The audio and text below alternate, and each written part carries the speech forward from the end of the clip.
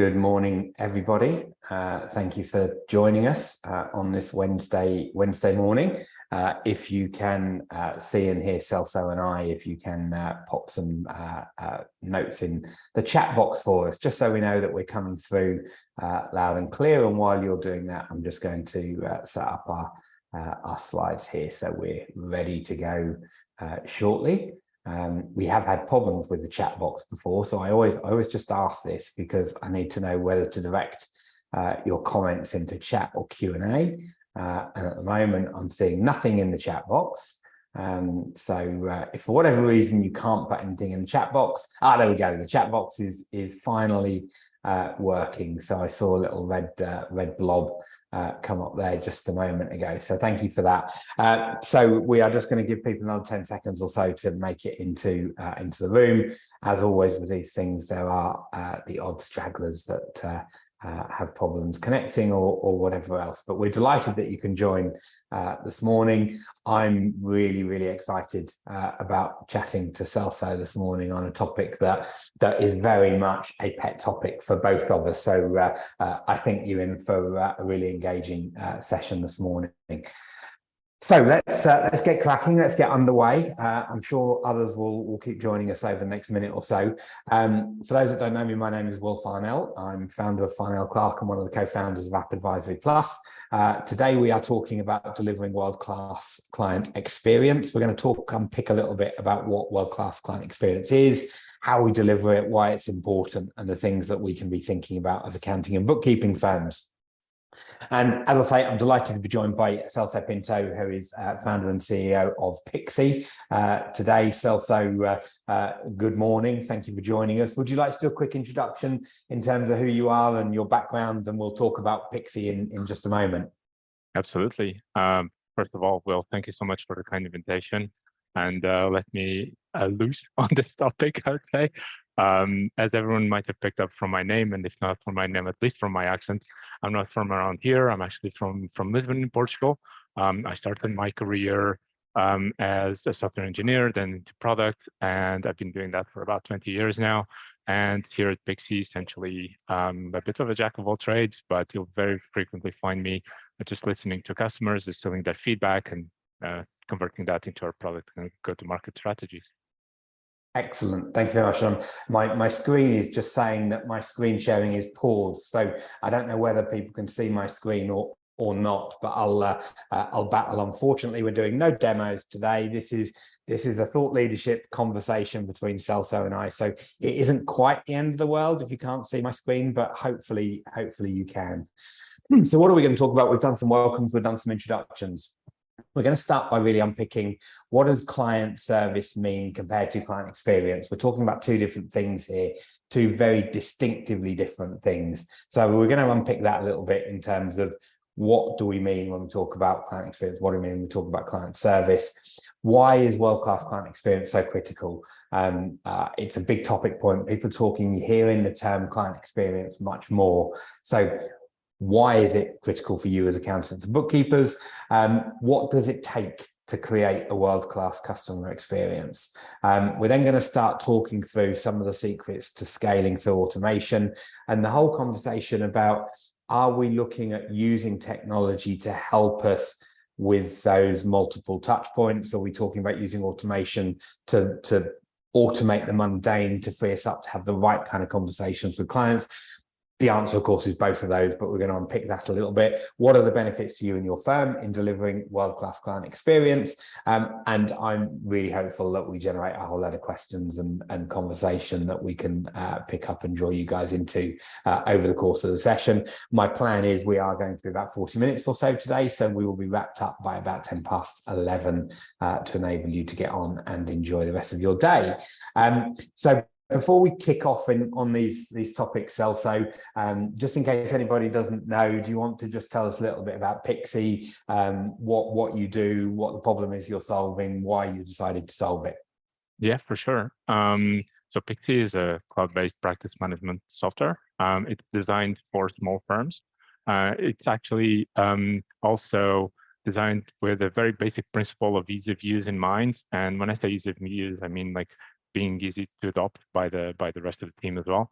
There's also a strong element in Pixie from day one around providing world-class customer experience. And that means that we are right there to support with the onboarding and implementation and the rollout of the software.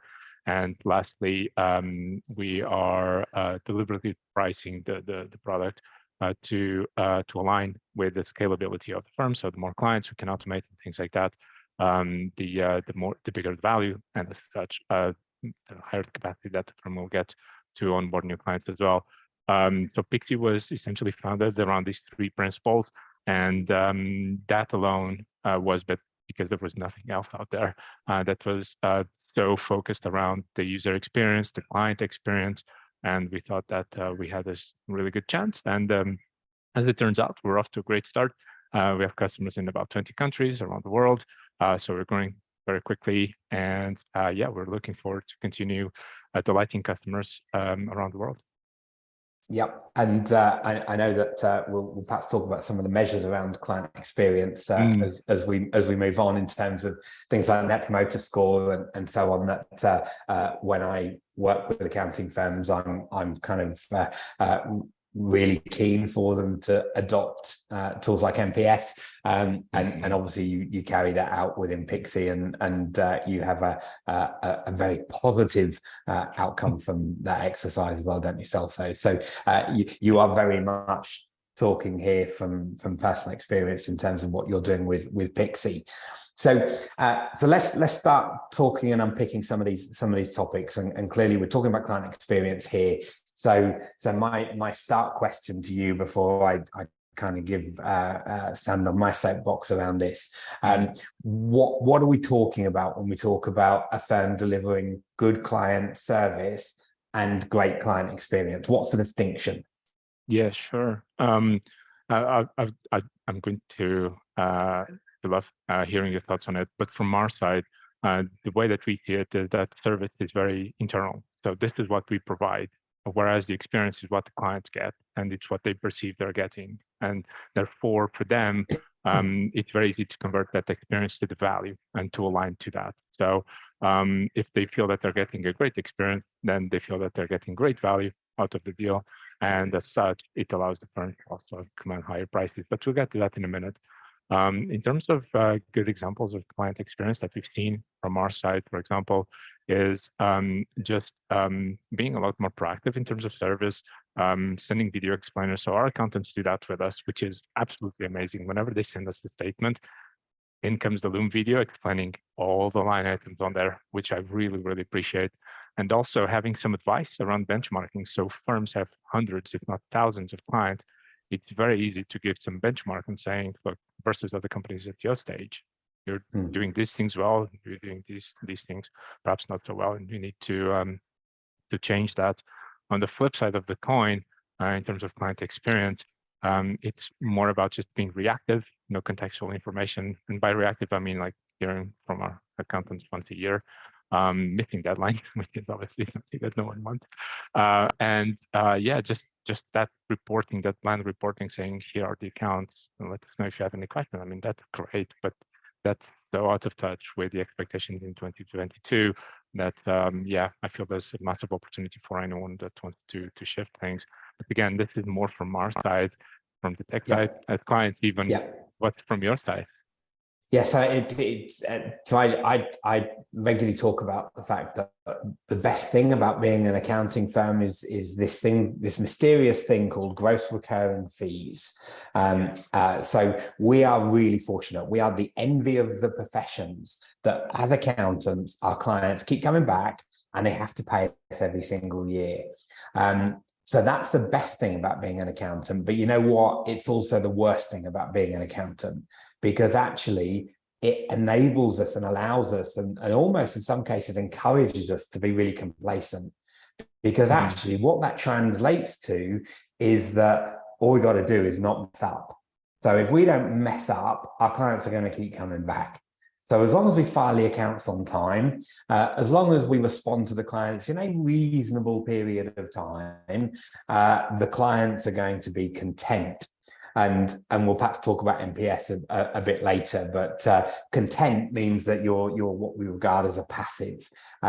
So you're not going to be out there actively looking for a new accountant. But what might happen is one day you might get a phone call from somebody that says, "Are you happy with your accountant?" And the response from a passive would be, "Well, yeah, they're okay." Which straight away gives somebody the opportunity to say, "Would you like to talk to somebody else?" And this is the point. So the idea of gross recurring fees means that it's very easy, and what the majority of the market does, which is to focus on, well, all we've got to do is deliver a good service. And a good service really is about delivering the minimum that you need to. So we've got to file the accounts before deadline. But I'm sure many of you have been there, and I certainly have. And all of the work that I do at accounting firms is about sharing the pain that I've suffered running an accounting firm. And we'll all have had that conversation with a client with a March year end on Christmas Eve, because we're filing their accounts before we all pack up for Christmas, and we're talking to them about the tax bill that they've got to pay in 7 days' time, the day before Christmas. That's not great client experience. All you're doing is you're meeting the minimum requirement.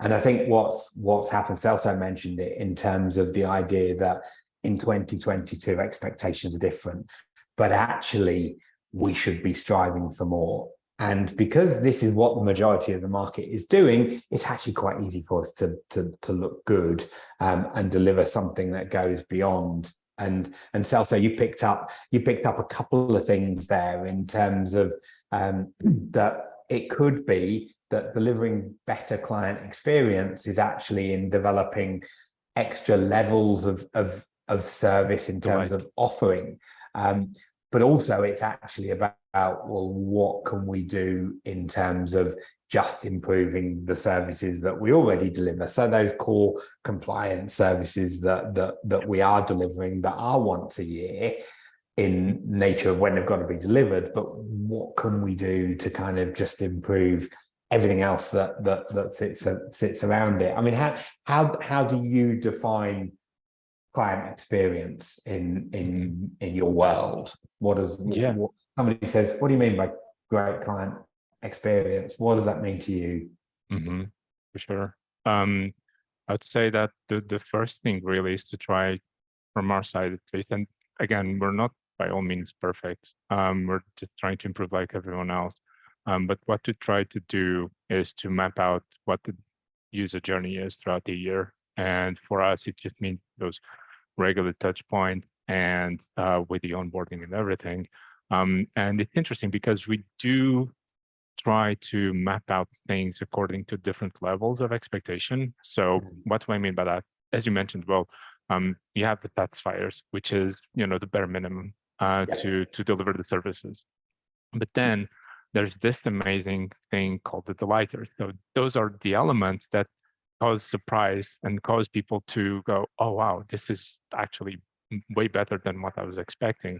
And I think that that's where the opportunity resides, because everything else is almost like commodity, right? Everyone does the compliance services, but then it's in the delighters that we create the differentiation. And for us, it's very much that. So the client experience is almost just a heavy focus on what the delighters are and pepper those throughout the user journey. And it could be anything. It could be on the renewal, it can be QBRs that we do on a quarterly basis.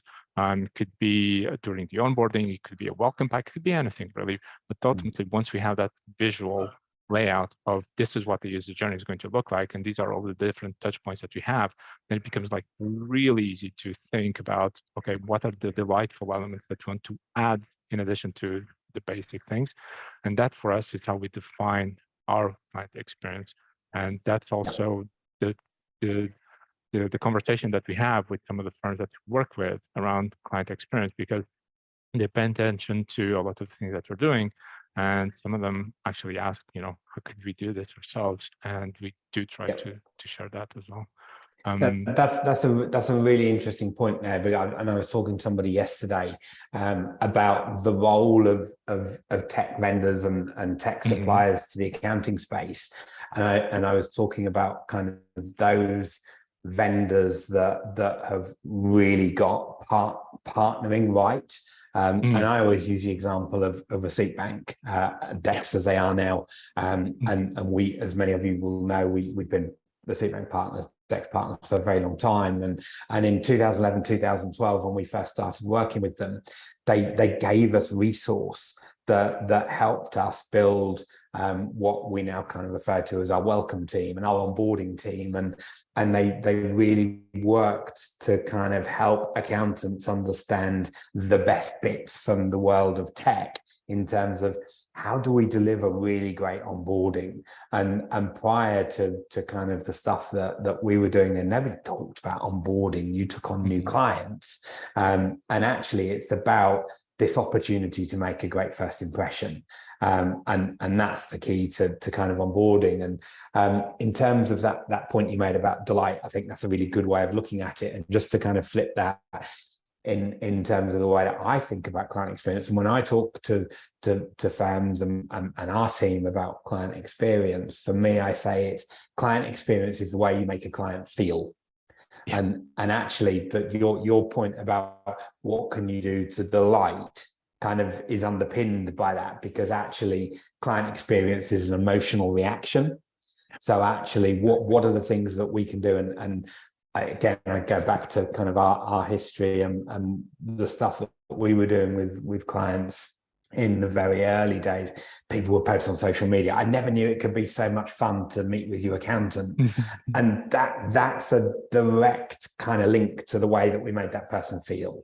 And that for me is experience. So it's how do you make a client feel? How do you get them to have that kind of warm, fuzzy feeling in the tummy or whatever it is? And that feeling can be reassurance, it can be happiness, it can be positivity, it can be confidence, any of those things. So actually the point you're making about delighting is something that's going to give people that positive feeling, isn't it?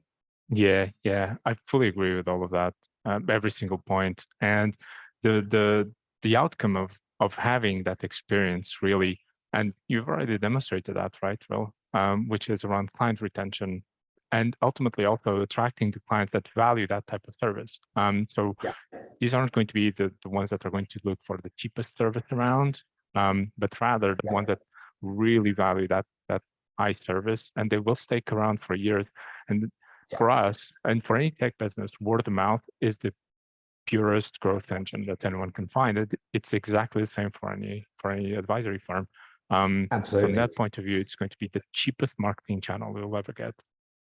Yeah, there's two, as long as I can remember them, there's 2 points I want to make on that. Firstly, as you rightly say, referrals and client referrals are critical, and the way you get client referrals are by delivering really great experiences for the clients you've already got. And a friend of mine once said that if 70% of your new business as an accounting and bookkeeping firm is not coming from client referral, you need to take a look in the mirror. Because actually, if you're winning £100,000 of new business in a year and 70,000 of it isn't coming from client referral, then you have a problem. And you have to go back and look at what's the problem. Why are our clients not referring to us? And again, it comes back to NPS. You want promoters and people that are going to champion what you are. And the second point, as I expected, I've completely forgotten. So I'll come back to that in, I know what it was. It was around lifetime value. Oh yes, and I think because you were talking about client retention, so again, this is tech world stuff in terms of the metrics that SaaS businesses measure themselves by, and the lifetime value is huge for accountants, but the mindset is wrong because most accountants view a client as an annual fee. So they say that client is a £4,000 a year annual fee. Now, my guess is the average life of an accountant, of a client of an accounting firm, is somewhere between 7 and 10 years. So to make the maths easy, let's make it 10 years, £4,000 a year client, over 10 years, £40,000 lifetime value. How does that change the perception? How does that change the way you view that client relationship in terms of the investment that's worth making to keep them a client? Yeah, exactly that. And like for us in tech business, literally that is the number one thing that we look into whenever we think about marketing and customer acquisition. What's the LTV versus cost of acquisition every single time? And into the cost of acquisition, we throw everything. And it's so interesting. And I feel that there's, again, a massive opportunity for anyone to really start thinking in those terms, because this is a very well-known playbook, and we're seeing firms just scale super quick based on the back of that.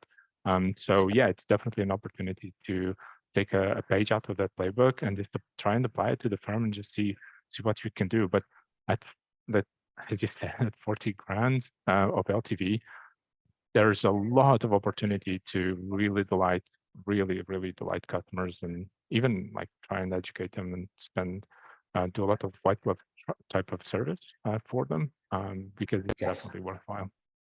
Yeah. So far, Celso, we've touched on client service versus client experience. We've kind of highlighted there some of the reasons why it's so critical. But I think the other thing that is probably worth picking on before we kind of move into, well, what can we do to start thinking about creating our own world-class client experiences, is around the shift in expectation. And I always use the example of Amazon and Apple. So they're the two I use, because if we and they're kind of linked, because if we take Amazon, the beauty of Amazon is that we can sit at home on a Saturday evening and we can order something and it'll be with us on Sunday. So as an experience in terms of the expectation, speed of delivery of outcome is incredible. So the first question is, why would we ever bother going to a shop? Which is where the Apple example comes in, because I always use Apple as the example. I use Amazon because it's dead easy. I don't want to drive into the city centre and find a car parking space and everything else, except when I buy an Apple product. And when I buy an Apple product, I drive and I find a car parking space and I go into the store because of the experience they deliver.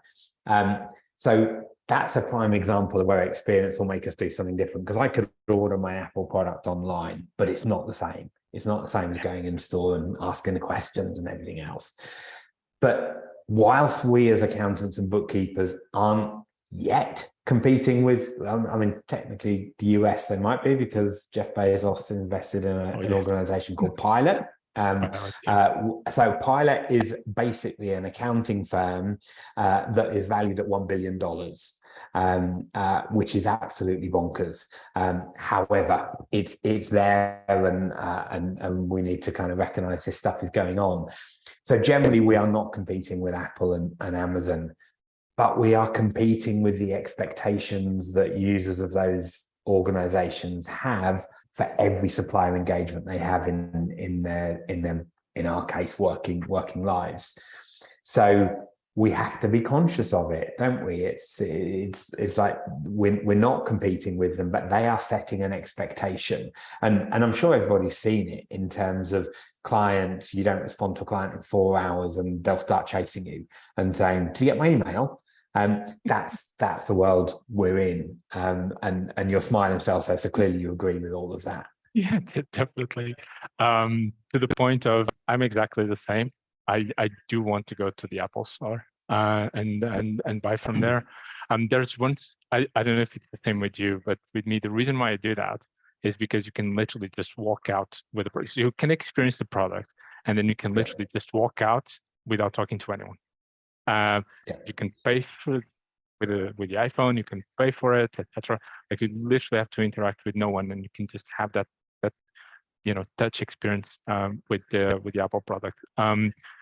The interesting thing that you mentioned there for me is Pilot. So Pilot, it's that cloud that's in the horizon that we kind of talk about it, but not too much.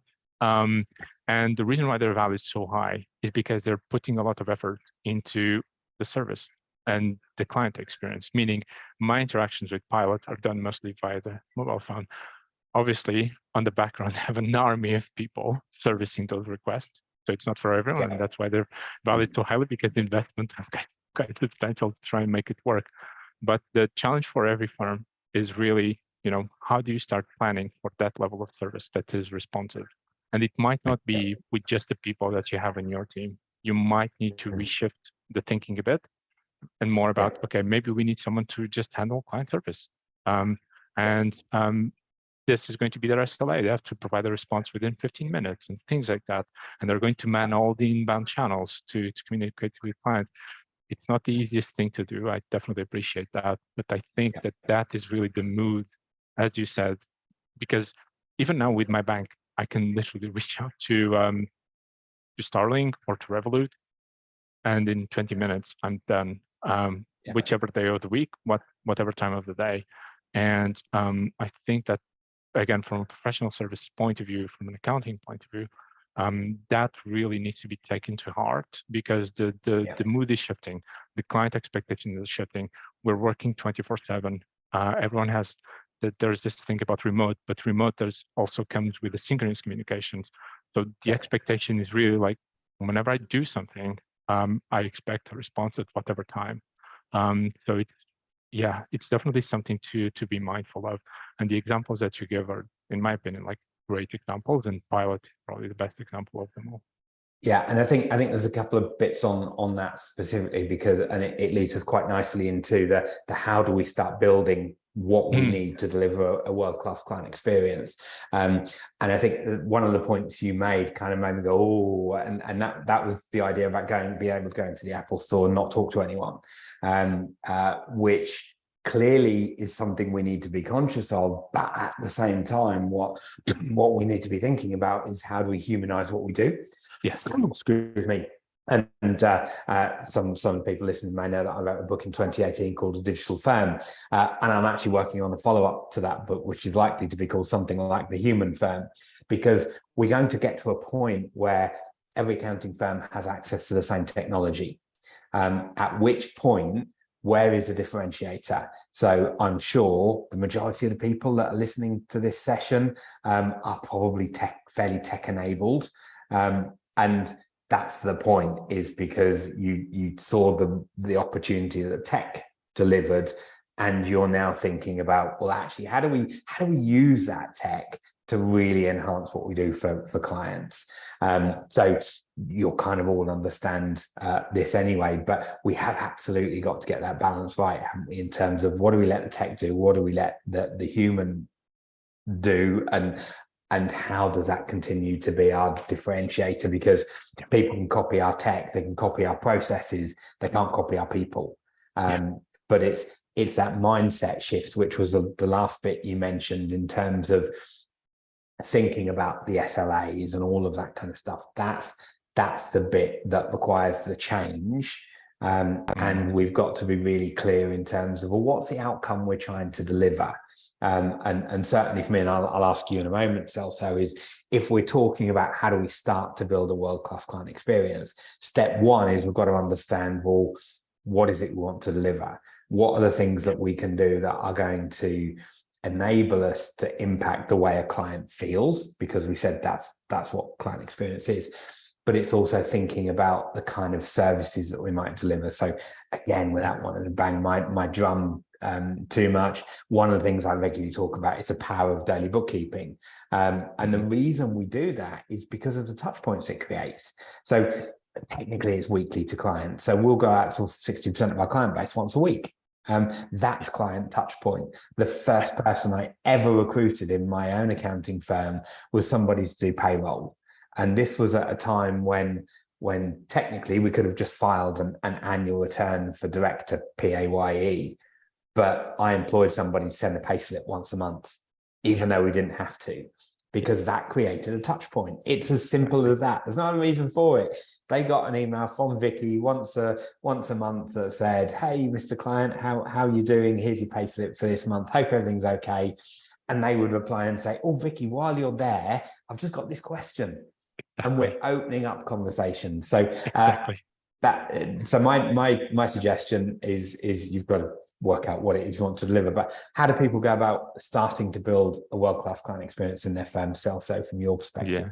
Yeah. I'd say first step is to maybe have a moment of introspection and just really realizing what is it that you have internally. So what's the Kindle on there, and it could be the owner's personality, it could be the personality of the team, it could be their strengths, their weaknesses, and just really try to understand that, because that will uncover the gaps that you might want to think about in the future. Yeah. And then one thing that obviously you're kind of already alluded to it as well, which is Net Promoter Score. I would invite everyone to just put a survey out today and just go, on a scale of 1 to 10, how would you rate the service that you're getting from our firm? Simple as that. A lot of people aren't going to reply, just a heads up on that. But that's okay. That's totally okay, because you're doing a sampling. And in 3 months' time, do exactly the same thing. And that should give you a bit of an overview of where things really stand. So what's the baseline? And then it's up to us to decide, okay, how do we want to affect this? Because ultimately, if the Net Promoter is already really high, maybe the opportunities aren't that much. But if the NPS is pretty neutral, there's definitely a path forward, and you just have to find out exactly what it is. But ultimately, it's all just about creating that, for us at least, again, just having that that journey of the client. And it's interesting that you mentioned the PE return, because I had a note here on my notebook going, stop tracking the deadlines and start tracking deliverables. And at the same time, I was like, what does this mean? Like, what was I thinking when I wrote this? And that's exactly it. And that's the picture perfect example of thinking about what the deliverables are from a service point of view, and not the deadline. And I think that's really, again, that mindset shift that has to happen internally around, okay, how do we go about thinking about the customer and what they will experience versus what we are required to provide. And that will definitely facilitate things. So those two things, I think, would be a great start just to get the ball going. From your side, obviously, you guys did really well over there at Farnell Clark. So how did you do that? I'm curious about it as well. I mean, I want to pick up on the NPS bit, because a really valuable kind of insight here. So I desperately wanted to do NPS, but I didn't do NPS because I was too scared. We do it now. So this was at a point where I've made a conscious decision that we really wanted to focus on the experience that we were delivering, because we started our life with a very clearly defined client focus. And as we grew as a firm, it became harder to do that. So, I mean, I make no bones of it. We have a dip about every 7 years in our life cycle in terms of, what we've been doing for the last 5 years is now not working. Or sorry, 5 of the last 7 years, because we had that 2 year where we saw the kind of decline. And at the point that we were in one of those dips was the time I thought we need to improve what we do. And I would love to know what my clients think right now, but actually, you know what? I don't want to know. So I didn't do it. The first time we did NPS, which was in 2019, so pre-pandemic, we scored 72. Which is a world-class level, depending on where you read. So that was at the time, I think Apple was also 72. And the point here is that I have no idea where we came from. I know where we ended up, but because I didn't do it when I was concerned about what the score was, I don't know kind of how much progress did we really make? Because it might have been that you always have a lower perception of what you think your clients will say than what the actual return will tell you. So I would echo Celso's suggestion there that you do it today. It's really not difficult. As long as you've got a database, use something like Pixie, you'll have a database there that is very easy for you to send an email with a score on it, and you can get a result. And yeah, Celso's right. I mean, the first year we did it, I think we got about a 19% response rate. So you'll get somewhere between about 15 and 24% response rate. So it's only going to give you an idea, but the point is the simplicity of NPS means that it's always going to be consistent in terms of as a measurable. So it's the only mechanism you've got. If you start getting into very qualitative customer feedback, it doesn't really tell you anything. It's nice to read the nice things they say, but actually you need something that is hugely consistent so you can track progress. Yeah. Yeah. Anything to add on that, Celso? I'm nodding away there. Oh yes, I know a lot because I'm like yes, yes, yes. That's it. Yeah, absolutely. The benefit of Net Promoter really is that, well, first of all, you don't have to obsess about it. Like, it doesn't tell you anything, and at the same time, it tells a lot. Because when I say it doesn't tell you anything, is because I've seen people just really freak out because the score is low. And it doesn't have to be that way. Just treat it as yet another data point. Okay. If the score is low, but you look at the P&L and everything's going great, that's fine. Okay, that works. But the goal really is to uncover, okay, what's the potential that we have for organic growth? And that's where NPS comes into play, because it will give you a sense of how things are progressing. How are you improving with the client touch points? How are those touch points becoming more productive, more valuable for the clients as well? So it's all about how they perceive things. And if you keep doing this very consistently, again, throughout time, you'll see things kind of like improving or decreasing. And it's very easy to then backtrack and say, oh, what did it change like 6 months ago that caused this decline on NPS? Oh, maybe, we reduced the team or something like that, or we reduced the availability. Okay, so that's maybe what we need to invert over the next 6 months and see if it affects positively the score. So again, just that consistency, just having that baseline is going to be so valuable to the firm. And at the same time, it's very future looking, right? In the sense of, that the score is low, maybe you're going to have trouble with the renewals down the line. So maybe now is a good time to start thinking about it as well. So yeah, Net Promoter, I'm a huge fan of it. As long as you don't obsess about it. And the one thing that obviously I'm really keen to talk about, because it's kind of the crux of what you're doing with Pixie. How do firms get most out of technology as a mechanism to enhancing client experience? Yeah, it's all about just driving that personal touch at scale. And that is, again, I feel the biggest opportunity for technology support firms, and just really driving those smaller touch points and let it almost like run in autopilot without intervention, but with your personality baked into it.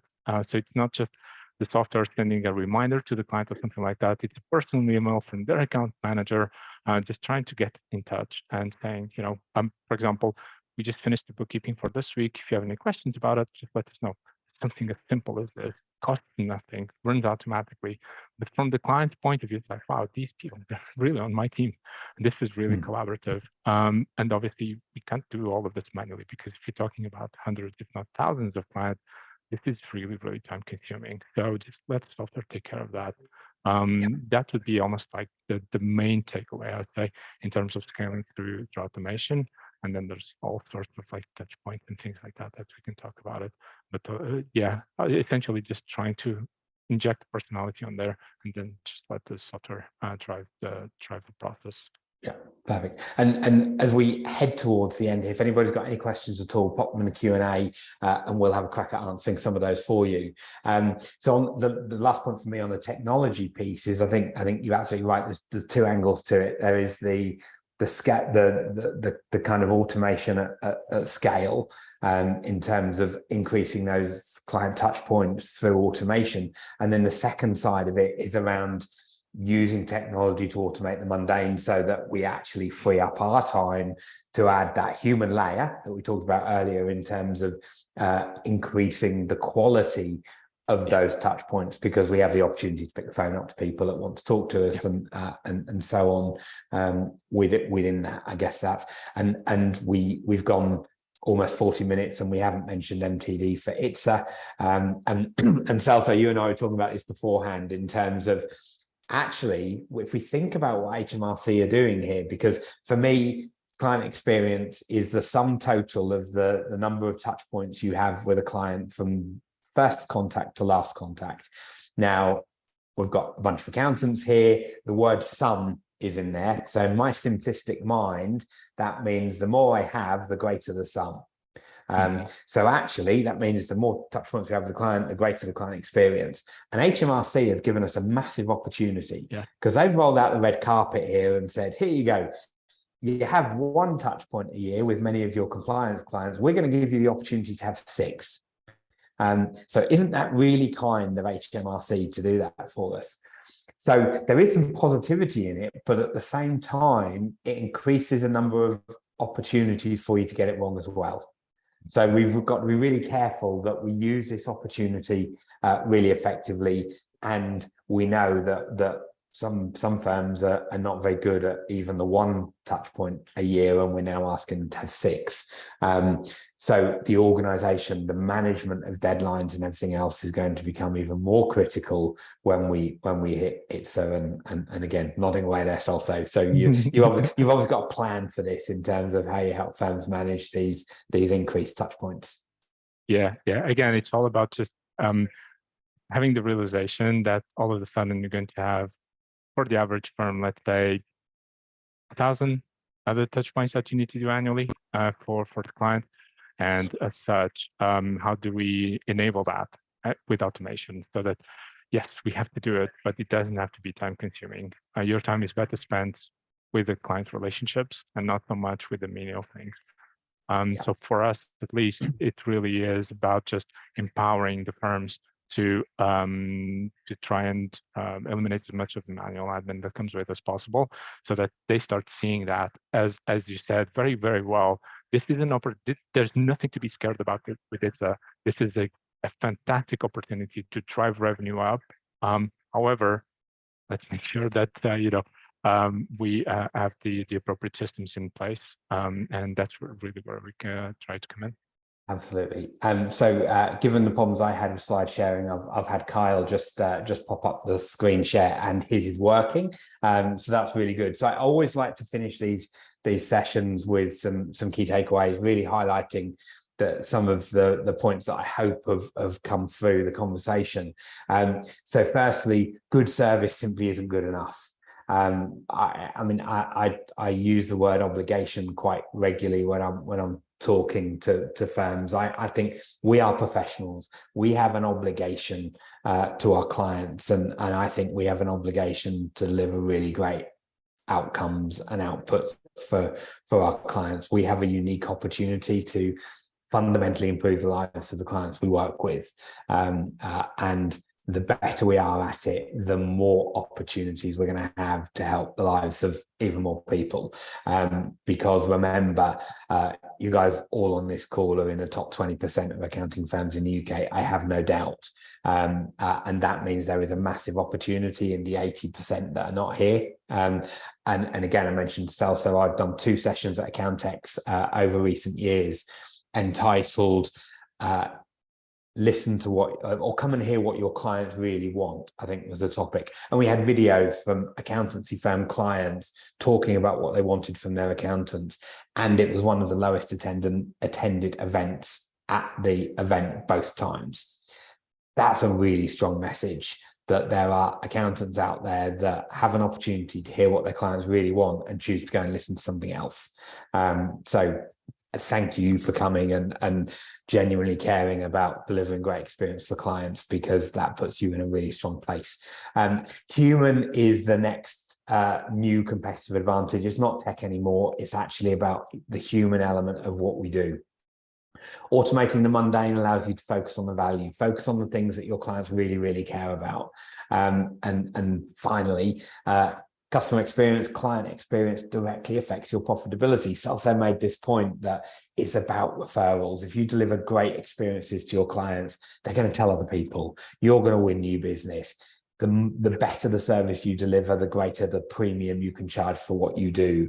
So all of this stuff is directly going to hit your bottom line. Celso, anything to add on those? The only thing I would add, really, and I forgot to add it as a bullet point, is just building this amazing brand.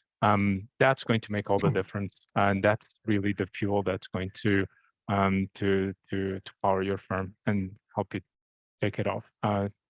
Help it take off, because ultimately word gets around, and nowadays it doesn't really matter where the firm is anymore. So just having a great brand out there that delivers amazing experience and it's really supportive of the client, I think puts you in a really, really good spot for the future.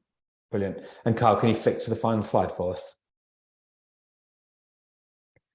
So just to wrap up, Celso has very kindly put together an offer for us.